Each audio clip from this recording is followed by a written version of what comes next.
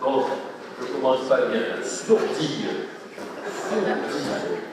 Donc, membre qui est à la Fédération des hôpitaux de France, la grande maison de l'hôpital public qui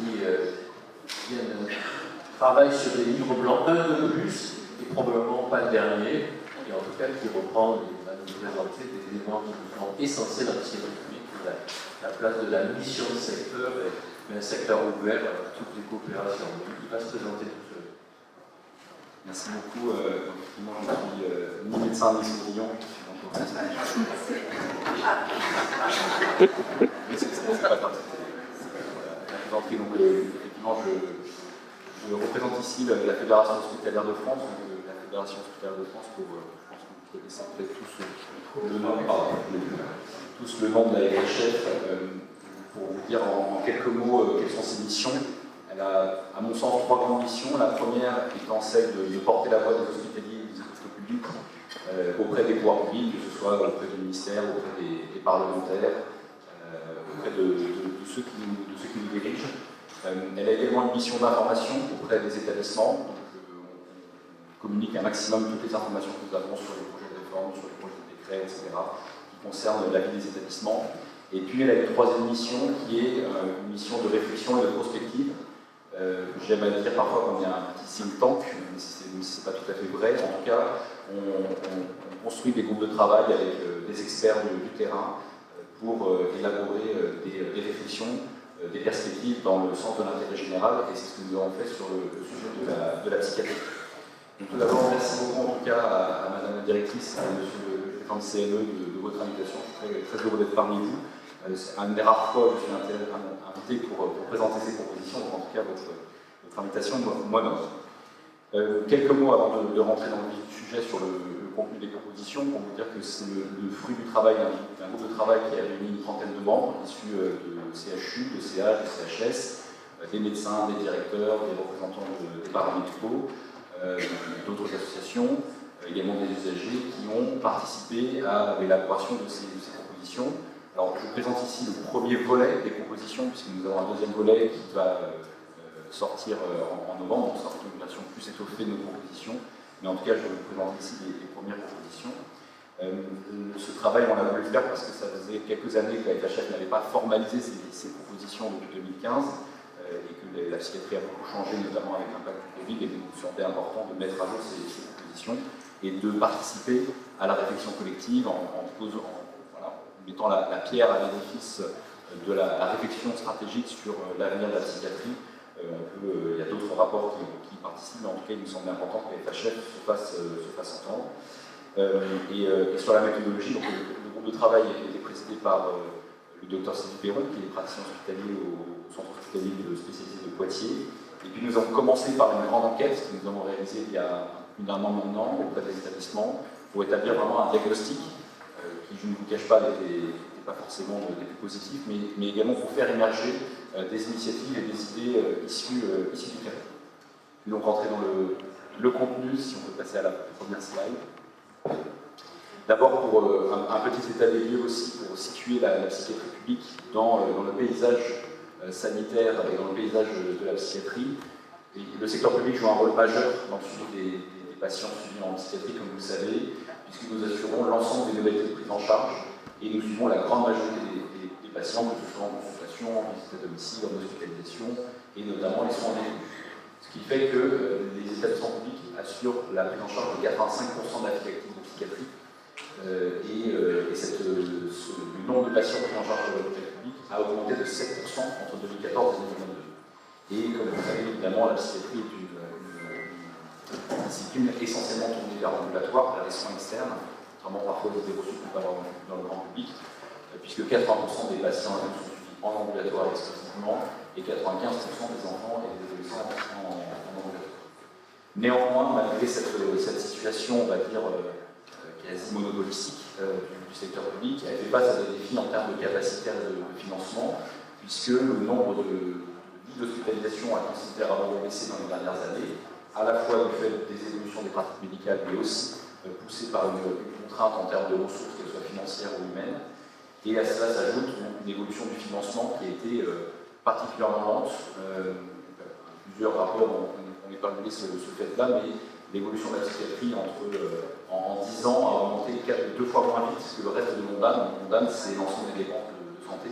Donc la dépense en santé et en psychiatrie publique a évolué en 10 ans 2 fois moins vite que la moyenne des dépenses en santé, et également 4 fois moins vite que le financement du secteur privé. Et tout ça, c'était avant la réforme du financement. Quelques éléments encore de diagnostic. Donc, comme je disais, même si la fermeture de lits sont aussi liés à des évolutions pratiques, on constate bien sûr le grand déficit de psychiatres et de professionnels paramédicaux qui étudient des difficultés majeures, notamment pour accéder aux lits d'hospitalisation. L'enquête que nous avions menée a donné tout un tas de résultats très intéressants, notamment à démontrer, comme vous pouvez le voir sur le graphique en dessous, que plus d'un quart des postes étaient vacants pour 40% des établissements. Donc, plus de 40% des établissements avaient au moins 25% de postes qui étaient vacants. 25% des établissements se sont déclarés en grande difficulté pour répondre aux besoins de la population, ce qui est un chiffre qui a été d'ailleurs très compris par la presse. Et en moyenne, on avait fait une enquête sur la fermeture des lits, 7% des lits de psychiatrie étaient fermés en 2023. On observe également une répartition très inégale des psychiatres sur l'ensemble du territoire, puisque c'est l'une des spécialités médicales où on a la plus grande variabilité de densité de psychiatres par centaines de milliers d'habitants, et elle varie de 1 à 59 en fonction des départements, ce qui est, en tout cas parmi, je pense, dans les spécialités médicales, l'écart, un des écarts les plus importants. Slide suivante, s'il vous plaît. Je vais donc rentrer dans les propositions. Donc, slide suivante, donc, le premier axe, il y aura 4 axes, tout de suite. Premier axe sur lequel on a emmené les propositions, d'abord le fait de réaffirmer, ce qui nous semblait important, les grands principes de l'organisation des soins en psychiatrie, notamment le sujet de la sécurisation, qui souvent est mis à mal soit dans les discours, soit dans les faits. D'abord, le premier élément, c'est de mettre en place des organisations qui répondent à l'urgence de la situation. On sait que la situation est dégradée dans la quasi-intégralité des territoires, et donc il faut pouvoir établir une cartographie précise des réalités territoriales, positionner les ARS en tant que garance de cette organisation et assurer le suivi des recommandations au niveau national, d'identifier les besoins indispensables à l'accueil des patients et à la continuité des soins et adapter le fonctionnement des établissements en conséquence, et de garantir la prise en charge des patients les plus complexes par l'équipe du secteur pour assurer la continuité des soins. C'est vraiment le fait de pouvoir poser un diagnostic, établir qu'est-ce qui relève véritablement des soins qui sont inconditionnels, des prises en charge qui sont inconditionnelles, et quelque part ne pas se satisfaire du territoire où on observe une quasi-disparition de la psychiatrie et d'autres qui se maintiennent tout de même, mais d'avoir une vraie volonté d'équité de traitement des territoires, et notamment d'équité de traitement dans l'accès aux soins pour l'ensemble des patients. Deuxième élément, c'est de réaffirmer le secteur en tant que socle de la prise en charge en psychiatrie. Le secteur est l'élément fondateur pour permettre la garantie de l'accès, la proximité et la continuité des soins, et en cela, il faut le réaffirmer tout en le faisant évoluer, notamment potentiellement en faisant évoluer la carte des secteurs qui peut être dépassée compte tenu de l'évolution des populations. Aujourd'hui, le secteur, c'est aussi, pour nous en tout cas FHF, c'est l'élément précurseur de ce qu'on appelle la responsabilité populationnelle, c'est-à-dire la détermination d'un territoire de référence autour duquel l'ensemble des professionnels de santé, des acteurs concernés se mettent en accord, décrivent les parcours de soins, créent la gradation des soins et disposent en tout cas d'une population de référence dont l'objectif est d'améliorer l'état de santé de cette population. Donc en cela, on y est très attaché. En ce qui concerne les filières de soins, donc la filiarisation elle est évidemment nécessaire, mais elle doit se penser en complément des missions de secteur, notamment. Il y a une pertinence à avoir une filiarisation des soins pour les personnes âgées, par exemple, sur les violences sexuelles, les psychotraumas ou la mythologie, qui doit s'adosser à une équipe de soins de référence qui prend en charge le patient de façon globale. Slide suivante. Et puis le CLP, qui est évidemment le pivot de la prise en charge de ces patients, puisque l'essentiel des soins est réalisé en ambulatoire. La prise en charge en ambulatoire doit rester l'objectif principal pour assurer le suivi de ces patients. Chaque CLP doit pouvoir assurer l'accueil des patients qui arrivent pour des soins programmés, de conserver une possibilité de soins en urgence ou en semi-urgence pour l'ensemble des CLP, et puis d'élargir, et puis on y reviendra aussi après, les catégories professionnelles pouvant assurer l'accueil des nouveaux patients, notamment s'appuyer sur les IPA ou les psychologues sous la supervision médicale, mais de renforcer la place des paramédicaux et des psychologues dans la prise en charge et la primo-évaluation des patients. Slide suivant. Donc le deuxième axe, c'est le fait de faire évoluer les modes de prise en charge pour répondre aux besoins de santé. D'abord, le fait de soutenir les activités d'hospitalisation, car même si elles correspondent à une partie congrue du nombre de patients pris en charge, elle reste quand même un élément indispensable sur l'ensemble des territoires. On sait que les difficultés sont souvent concentrées dans l'hospitalisation complexe, que ce soit notamment en termes de recrutement, d'accès aux soins, et pourtant elle reste indispensable notamment pour les troubles les plus sévères. Il faut pouvoir améliorer la qualité d'accueil des patients, les conditions matérielles, systématiser les espaces d'apaisement ou encore les chambres individuelles, donc aussi faire évoluer les conditions d'accueil en hospitalisation. Je sais qu'il y a une journée sur l'architecture, je pense que ce sujet est largement avancé. Également favoriser la réduction de la pratique de l'isolement et de la contention. Une note de l'ERPS il y a quelques mois, je crois, faisait état notamment d'une grande variabilité de pratiques en fonction des territoires. Donc c'est aussi quelque chose qu'il faut interroger pour savoir pourquoi il y a autant d'écarts de pratiques pour des populations qui sont comparables. Mais donc il y a potentiellement des difficultés, soit des pratiques médicales, en tout cas des difficultés qui sont à investiguer, et d'accompagner les professionnels au changement de pratique et renforcer la pluridisciplinarité des équipes. Également renforcer la pertinence de l'orientation des patients et s'interroger sur le sens de l'hospitalisation. Une des réflexions importantes, c'est évidemment de penser les objectifs de l'hospitalisation complète et d'analyser les situations ayant conduit à l'hospitalisation. L'objectif étant, dans ce mouvement qui est un mouvement de fond en psychiatrie, mais on sait qu'il y a aussi des établissements qui ne sont pas encore à ce niveau de réflexion, une réflexion à avoir sur le sens de l'hospitalisation et s'interroger sur la pertinence et si d'autres dispositifs ne sont pas potentiellement mobilisables pour éviter l'hospitalisation. Et puis on a aussi de grandes différences sur les durées d'hospitalisation en fonction des établissements. Il y a un indicateur qui a été intégré dans la réforme de financement qui vient mesurer ça, mais c'est une des premières pierres. Mais en tout cas, il y a un sujet d'harmonisation des pratiques. Et donc il faut pouvoir faire un diagnostic pour expliquer cette durée longue de séjour, qui peuvent s'expliquer aussi de façon très concrète sur les difficultés d'accès à la médiation sociale, de retour à domicile, mais qui peuvent aussi, qui peuvent en tout cas être améliorées. Et puis assurer un minimum de vie pour accueillir notamment les patients en pédopsychiatrie. Slide suivante. De renforcer aussi la place de la psychiatrie médico-légale, qui reste un élément indispensable, notamment avec le renforcement des UMD ou des UHSA, qui jouent un rôle essentiel dans l'accueil des patients dans les troubles les plus sévères. Et sur le sujet des USIP, il faut qu'il y ait un consensus national sur leur place et la façon dont elles s'intègrent dans le paysage des différents dispositifs et typologies d'hospitalisation. Et donc, en regard de ce que j'ai évoqué sur l'hospitalisation, il faut aussi bien sûr favoriser les alternatives à l'hospitalisation, notamment accompagner les établissements dans l'évolution de leur organisation, notamment à ce que la NAP fasse un accompagnement spécifique des établissements sur ce sujet. Diversifier les modes de prise en charge, l'HDJ, les prises en charge intensives, les soins à domicile, et puis développer bien sûr les équipes dédiées pour les personnes âgées, pour les médico sociales, ce qui nous semble être quelque chose de très pertinent. Slide suivante. La psychiatrie, c'est évidemment une discipline qui est particulière par rapport aux autres, puisqu'elle s'intègre dans un réseau d'interlocuteurs et d'acteurs qui est très divers et très complet, avec les acteurs de ville, bien sûr, notamment les médecins généralistes, qui jouent très souvent ce rôle de premier filtre, ou en tout cas de premier élément d'identification de patients qui auraient besoin de suivi psychiatrique. Et donc il faut renforcer ce lien entre la médecine générale et la psychiatrie, notamment en garantissant l'apport de réponses auprès des médecins généralistes et d'assurer les soins lorsque c'est nécessaire.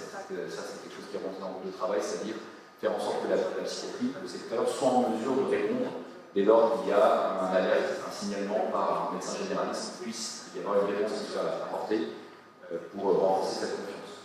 Développer aussi les projets de psychiatrie de santé mentale au sein des CPTS, donc favoriser en tout cas les interactions avec les CPTS, et puis au sein des PTSM, de faire une place aux CPTS, aux inter-CPTS, pour qu'elles soient partie prenante de la réflexion du plan d'action des PTS. Assurer la prise en charge des situations d'urgence, structurer les liens avec les sujets d'urgence générale. On sait qu'aujourd'hui c'est un des défis importants et qu'on a une grande variabilité des modalités de prise en charge en fonction des territoires. Beaucoup d'unités qui se développent dans les urgences générales dans certains CHU par exemple, pour prendre en charge ces patients. En tout cas, il faut qu'il y ait, si ce n'est, si les urgences psychiatriques ne sont pas accolées au sein de l'établissement, qu'il y ait une réponse adéquate et rapide pour les patients nécessitant des soins psychiatriques, et donc notamment garantir la présence d'une équipe de psychiatrie aux urgences générales. Et puis le SAS psychiatrie, qui est un élément important. On sait que le SAS, en tout cas sur les soins généraux, a une véritable plus-value, et le développement des filières spécialisées en psychiatrie permet également d'apporter une réponse rapide à des besoins urgents de soins. Slide suivante. Le sujet de la permanence des soins, il ne touche pas uniquement la psychiatrie, il touche toutes les disciplines, mais il est encore plus explicité pour la psychiatrie. On a eu quelques exemples à Toulouse, par exemple, où ça a été mis en exergue. La FHF pose le principe d'une permanence des soins mutualisée. On a notamment poussé une responsabilité partagée sur la permanence des soins dans l'ensemble des territoires dans le cadre de la loi Bateau, une disposition qui doit trouver sa déclinaison par un décret de la façon qui décrit comment les acteurs doivent se mettre autour de la table pour prévoir cette permanence des soins mutualisée. Elle doit aussi se décliner sur le plan psychiatrique pour faire en sorte que la pénibilité et les suggestions incombe à l'ensemble des acteurs et pas uniquement aux hospitaliers et pas uniquement à ceux qui font de l'intra. Garantir le lien économico-social pour assurer une bonne prise en charge des personnes âgées et des personnes en situation de handicap. On sait qu'il y a beaucoup les actions communes, bien sûr, sont un élément important. Beaucoup de rapprochements qui sont possibles. On a mis des exemples dans les propositions de rapprochements possibles entre les structures médico-sociales et les structures psychiatriques, notamment en termes de sensibilisation et de formation des professionnels au premier geste, je ne sais pas si c'est un terme approprié, mais en tout cas aux premières difficultés, et puis favoriser bien sûr les accès directs pour éviter des passages par les urgences générales notamment. Et puis intensifier les liens avec les acteurs territoriaux de la psychiatrie et de la santé mentale. On ne les cite pas ici, mais bien sûr l'école, le logement, les collectivités locales. Et puis l'évaluation de la phase des PTSM va être un élément très important, parce que je pense que l'ensemble des acteurs sont assez convaincus de leur utilité. Et puis, en ce qui concerne les contrats locaux de santé mentale, les intégrer dans les contrats locaux de santé et les développer au sein des villes me paraît quelque chose de très important. Slide suivante. Et puis, dernier axe, celui des ressources humaines que je voulais présenter ici. Donc, plusieurs aspects, bien sûr. D'abord, le fait de renforcer l'attractivité. Alors, c'est pas une mince affaire, mais en tout cas, on essaie de proposer des choses assez concrètes pour y participer, même si on sait que la route est assez longue pour avoir un effectif qui corresponde aujourd'hui aux besoins et que tous les postes vacants soient pourvus. Mais en tout cas, il faut pouvoir y participer. On a parlé de stigmatisation, mais il y a aussi la stigmatisation entre professionnels du soin sur la vision qu'ils ont de la psychiatrie. Et donc, il faut pouvoir participer à la déstigmatisation, notamment les campagnes de communication, notamment par le PIB, avaient été très intéressantes de ce point de vue-là. On propose également de systématiser la réalisation d'un stage en psychiatrie durant l'externat, ce qui n'est aujourd'hui pas le cas, qui permet potentiellement de faire naître des vocations par la suite, et puis d'engager des dynamiques territoriales pour irriguer les territoires, favoriser le développement de notre stage dans les établissements périphériques, dès lors, bien sûr, la présence des seniors est suffisante pour pouvoir en faire un stage adéquat, et puis développer des postes partagés, notamment les postes HU partagés, qui sont des choses qui ont été développées notamment par les assises de la santé mentale et qui prouvent par des exemples dans certaines régions qui ont vraiment porté leur fruit. Augmenter bien sûr le nombre de paramédicaux exerçant en psychiatrie, renforcer le nombre d'infirmiers en formation, notamment en psychiatrie, et augmenter le nombre de formations en psychiatrie au sein de la formation des infirmiers. Donc, on propose notamment d'allonger la période de formation des infirmiers et de renforcer la place des stages et des heures de formation en psychiatrie qui sont faites. Et puis avoir une politique ambitieuse, notamment pour les IPA, d'augmenter sensiblement le nombre d'IPA avec un objectif d'au moins un par secteur, ce qui serait un objectif en soi, mais ce n'est pas forcément d'avoir au moins cette ambition-là. Et puis d'avoir une meilleure reconnaissance salariale, développer les formations à distance, favoriser, en tout cas prévoir les modalités de formation à distance, notamment pour les personnes les personnes dans les outre-mer qui seraient intéressées pour aller se former en tant que PA, et puis harmoniser les programmes de formation et faciliter les départs en formation. Slide suivante. Mieux reconnaître aussi les professionnels dans leur exercice. Pour les médecins, favoriser la recherche d'une équité dans l'attribution de primes et dans l'exercice de la permanence des soins qui soit partagé et lisible pour tous. Reconnaître aussi le statut aux APA, aux autres professionnels qui participent aux soins et potentiellement créer un intéressement pour les professionnels qui exercent en UMD et en UHSA qui sont des secteurs particulièrement difficiles. Et puis de façon générale, favoriser une meilleure condition de travail, adapter les rythmes de travail, on parle beaucoup de la semaine de 4 jours et bien sûr c'est quelque chose qui est expérimenté et qui est en développement, répondre aux enjeux de la charge en soins, notamment par une évaluation fine de la charge en soins qui accorde à l'ensemble des professionnels pour mieux adapter les ressources, redonner du sens au travail, diminuer les charges administratives, s'interroger sur certaines procédures, certains rapports pour potentiellement les supprimer, développer les réunions institutionnelles et cliniques, mieux mettre en accord les pratiques et les valeurs des soignants, développer le management participatif et le bon fonctionnement des services. Voilà, ça c'est tout un programme. Et puis bien sûr développer et reconnaître l'expertise, favoriser la délégation de tâches, faire évoluer les missions des professionnels et reconnaître également l'expertise des psychologues dans l'évaluation des patients. Slide suivant. Voilà, donc ça ce sont 4 axes qu'on vous a présentés, mais le groupe de travail a continué son œuvre et son travail. D'autres axes ont été investigués, comme je le disais, dans une future publication, puisque nous allons également faire des propositions en matière de gouvernance, de façon générale sur la psychiatrie. Ce qui est partagé par les participants au travail, c'est qu'aujourd'hui on manque de vision et de visibilité sur une véritable stratégie en matière de psychiatrie et une mise en accord des moyens par rapport à cette stratégie. On a beaucoup de plans, les assises de la santé mentale, la feuille de route en santé mentale, les assises de la pédiatrie. Là, on annonce la grande cause nationale sur la santé mentale. Peut-être qu'il faut aussi sortir des effets d'annonce et avoir un document qui donne une vision à long terme, qui soit véritablement stratégique sur quelle est la psychiatrie souhaitée par les professionnels et par les usagers à 10 ans, et de mettre en lien les propositions pour décliner cette stratégie. Et puis de mettre en place une délégation interministérielle, puisqu'aujourd'hui, le fait qu'elle soit ministérielle, fait qu'elle est assez cloisonnée. Comme je l'ai dit, vous savez, la psychiatrie est une discipline au carrefour de plein d'interactions, notamment de plein de politiques publiques, et que le fait d'avoir une interministérialité, je ne sais pas si le terme est exact, serait très profitable. Et d'ailleurs, la ministre de la Santé a dit qu'elle y était favorable il y a quelques jours, donc on a bon espoir.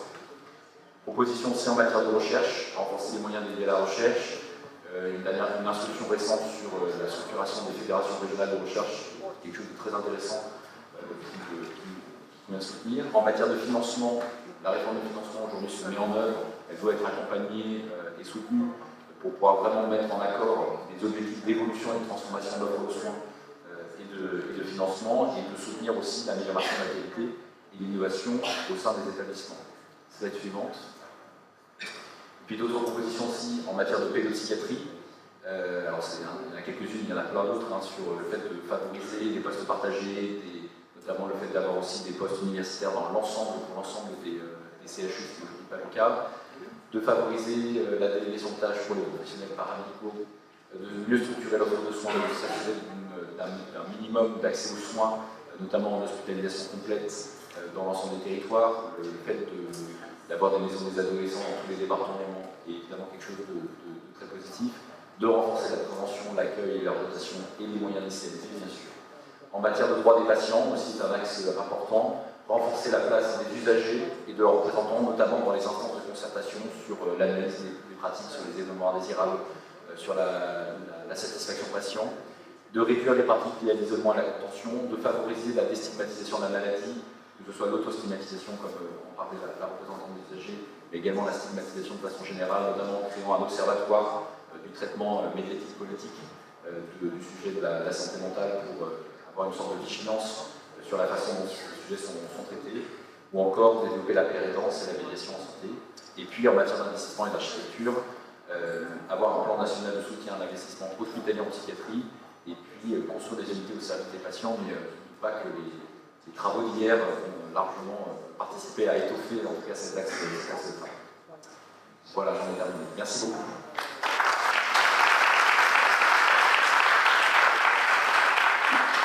Merci M. le Surveillant pour ce panorama large. Et Roland Messier, si vous voulez enchaîner, je propose que